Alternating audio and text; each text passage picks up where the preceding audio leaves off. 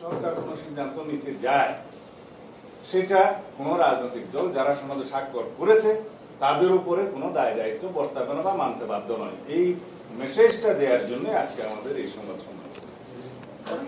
সাংবিধানিক আদেশ যেটা জারি করা, আপনারা রাষ্ট্রপতি জারি করে এই পক্ষে ছিলেন, অন্যান্য দল দাবি করছে যে প্রধান উপদেষ্টা করবে, আপনি ওই জায়গায় অবস্থান দেখে আদেশের বিষয়ে আমরা স্পেসিফিক কোনো প্রস্তাব এরকম দেইনি যে আদেশ কে জারি করবে।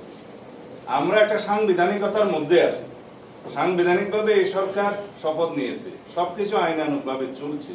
তা এখন কোনো অধ্যাদেশ জারি করার ক্ষমতা এই সংবিধান অনুসারে রাষ্ট্রপতির। যদি কোনো আদেশ জারি করতে হয়, সেই আদেশের মর্যাদা যদি আইনি হয়, সেই আদেশ জারি করার মতো কোনো সাংবিধানিক অবস্থা বাংলাদেশে নেই। কারণ প্রেসিডেন্ট অর্ডারটা জারি করার একটা বিধান এক সময় ছিল, যতদিন পর্যন্ত বাংলাদেশের সংবিধান গৃহীত হয়নি। আপনারা সবাই জানেন, সেরকম পিইউ অর্থাৎ প্রেসিডেন্ট অর্ডার নিয়ে তখন রাষ্ট্র চলত। সংবিধান গৃহীত হয়ে যাওয়ার পরে রাষ্ট্রপতির আদেশ জারির আর কোনো বিধান রইল না, সেটা বিলুপ্ত হলো। এখন কি রকম আদেশ দিবে, সেই আদেশের মর্যাদা কি আইনি মর্যাদা হবে, সেটা এখনো সরকার নির্ধারণ করেনি। একমাত্র অধ্যাদেশ প্রণয়ন করা ছাড়া রাষ্ট্রপতির অন্য কোনো ভাবে আইন প্রণয়ন করার ক্ষমতা এখন নেই। Between two sessions of parliament রাষ্ট্রপতি অধ্যাদেশ জারি করতে পারে, এখন যেটা করছে আর কি, রাষ্ট্রপতি অধ্যাদেশ জারি করে রাষ্ট্রপতি করছে, কিন্তু আদেশ জারি করার কোনো বিধান বর্তমান সংবিধানে নেই। কিন্তু যদি এখন কোন প্রজ্ঞাপনকে আদেশ নামকরণ করতে চায় এবং সেটার আইনি মর্যাদা না থাকে, সেটা প্রজ্ঞাপনের মাধ্যমে সরকার প্রকাশ করতে পারে, গেজেট নোটিফিকেশন, আইন হবে না সেটা।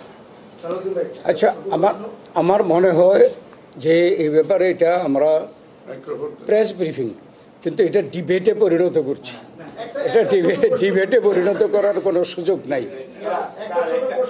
এই গণভোট ইস্যুতে রাজনৈতিক দলগুলোর আলোচনার সুযোগ আছে কিনা, সেটা সরকার যদি আলোচনার জন্য আহ্বান জানায়, সেই ক্ষেত্রে আলোচনার সুযোগ থাকতে পারে, রাজপথে তো নয়।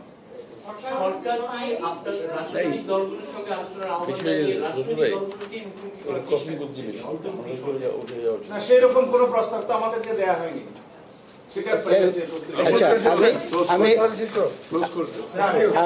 আমি আবার আমাদের সাংবাদিক ভাইদের ধন্যবাদ জানিয়ে আমি এই প্রেস ব্রিফিংয়ের সমাপ্তি ঘোষণা করলাম। ধন্যবাদ।